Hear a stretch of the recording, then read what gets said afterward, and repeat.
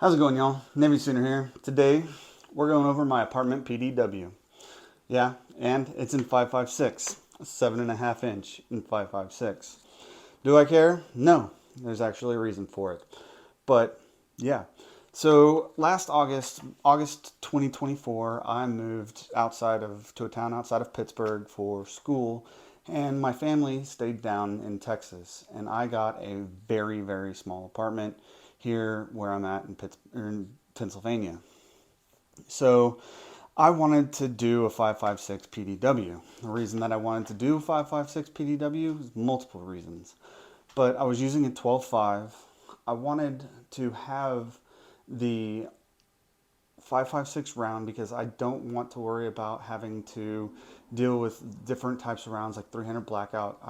When I came up here, I brought 556 and I brought 9mm. I don't want to deal with multiple different rounds and all that crap up here because I'm here for mainly work, which is finishing school.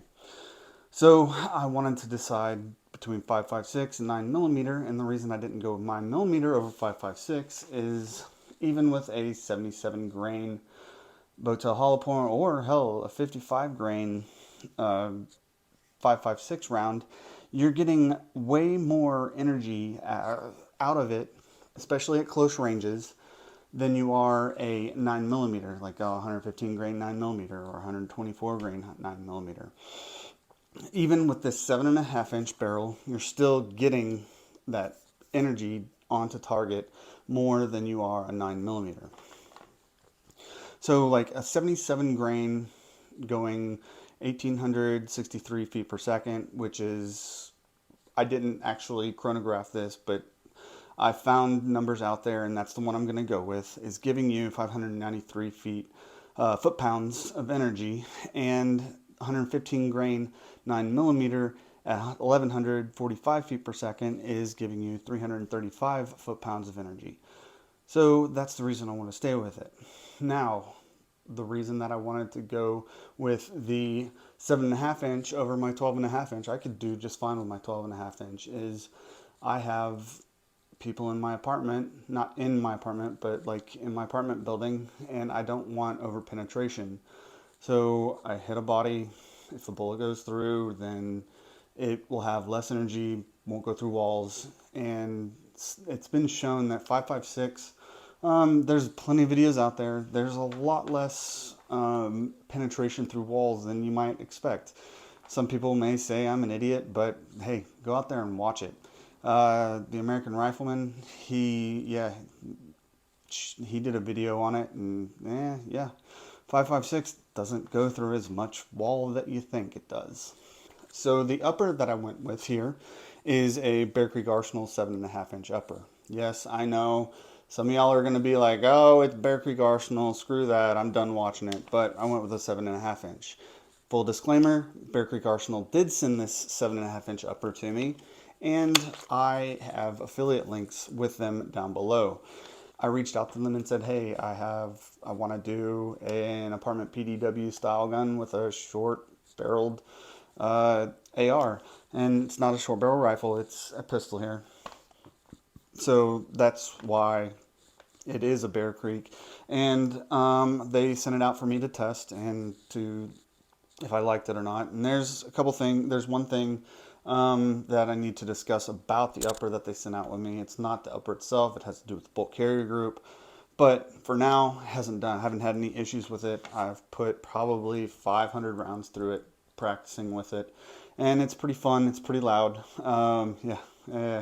Obviously, a 7.5 inch is going to be pretty loud.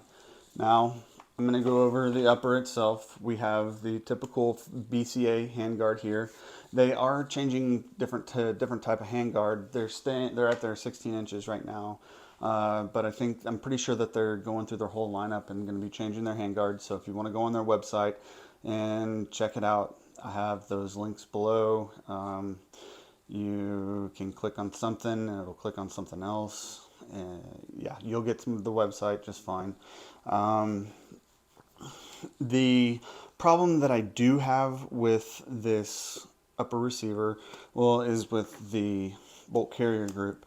The gas key on it the staking is not good at all. They see if I can get it to focus. I don't know if it does. I don't see the screen. I'm recording from my iPhone, but the staking, it's not even touching the bolts whatsoever. So I imagine that's gonna be an issue down the line. And I mean, yes, there people say there's a bunch of issues with Bear Creek Arsenal, but I personally have never had any issues with any other upper receivers.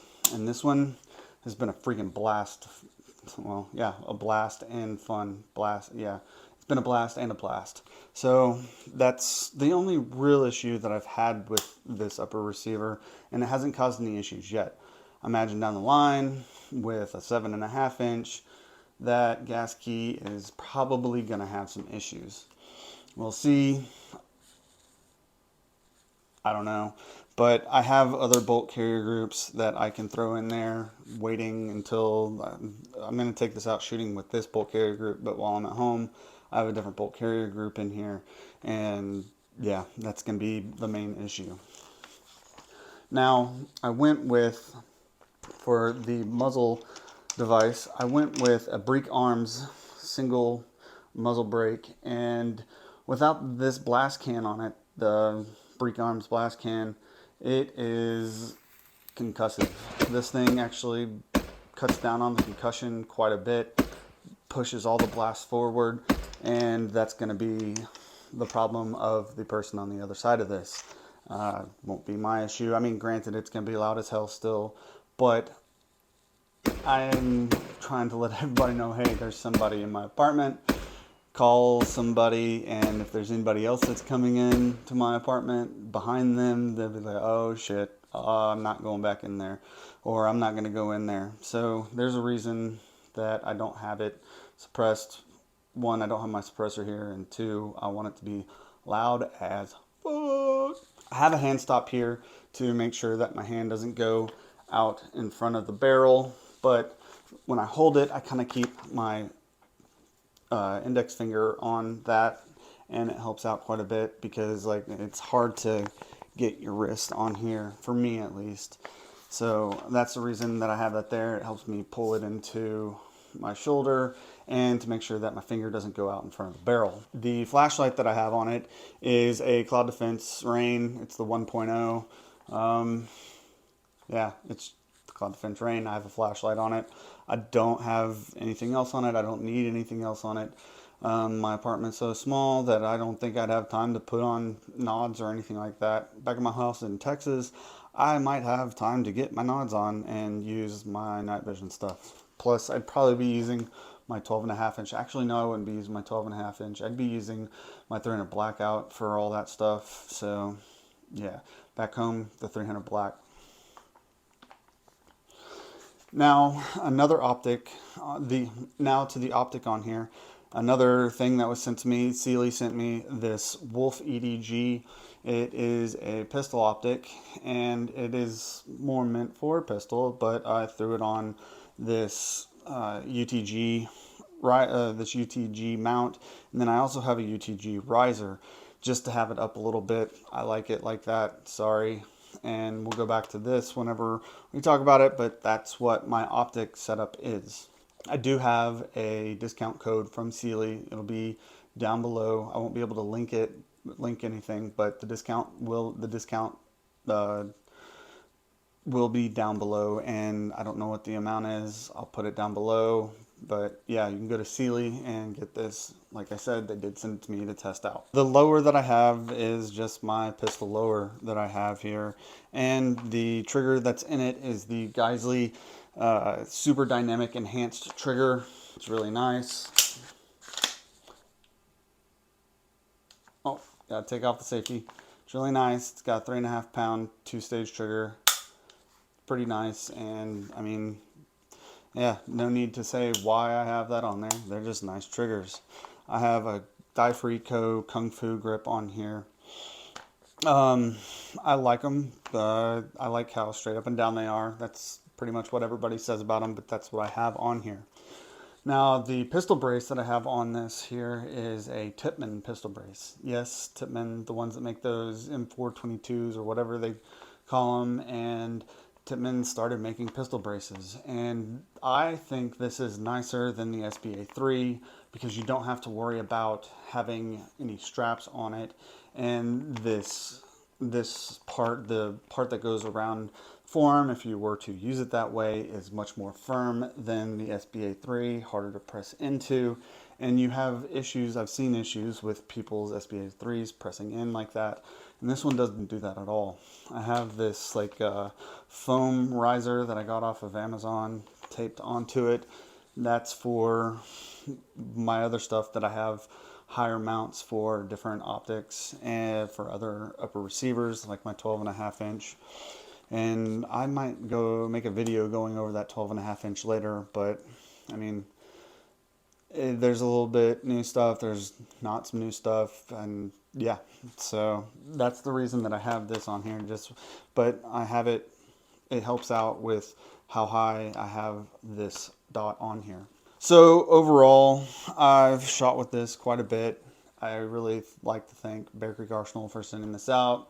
I really like to thank Sealy for sending out this optic. I'll be doing a video on the optic another time, but really the nuts and bolts about this PDW pistol AR for my apartment is going to be this Bear Creek Arsenal. I have not grouped it, I have zeroed it, and it works just fine in like my apartment. So yeah. Well, we've come to the end of the video, and like I said before, there are a bunch of different affiliates I'm affiliated with Bear Creek Arsenal, Palmetto State Armory, and other places, Optics Planet. You can go down below, find a way to get to those links, and yeah, go check out those links. If you like my channel and for some reason you feel inclined to donate to me, I'm not begging for anything, I'm just saying if you feel like it, there's a way to do that down below as well. So that's it. Maybe sooner out.